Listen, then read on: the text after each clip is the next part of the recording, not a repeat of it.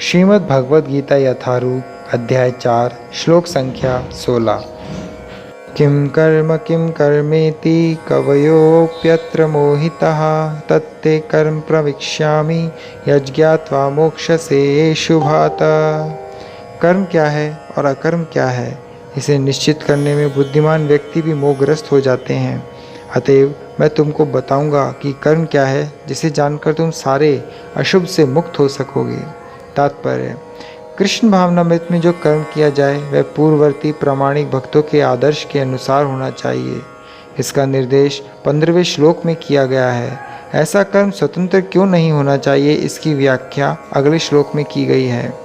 कृष्ण भावनामृत में कर्म करने के लिए मनुष्य को उन प्रामाणिक पुरुषों के नेतृत्व का अनुगमन करना होता है जो गुरु परंपरा में हो, जैसा कि इस अध्याय के प्रारंभ में कहा जा चुका है।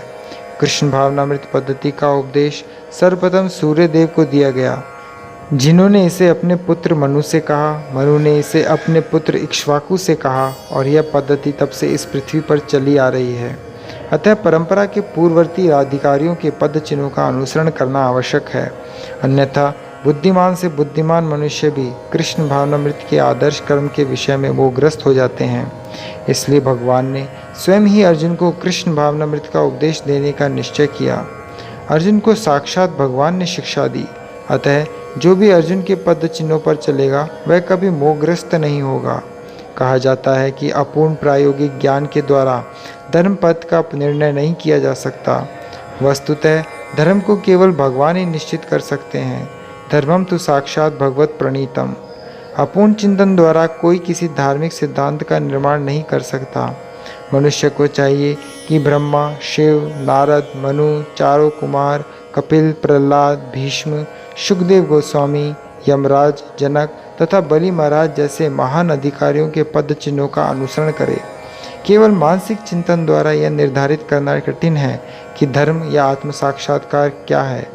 अतः भगवान अपने भक्तों पर अहितु की कृपावश स्वयं ही अर्जुन को बता रहे हैं कि कर्म क्या है और अकर्म क्या है। केवल कृष्ण भावनामृत में किया गया कर्म ही मनुष्य को भवबंधन से उबार सकता है। हरे कृष्णा।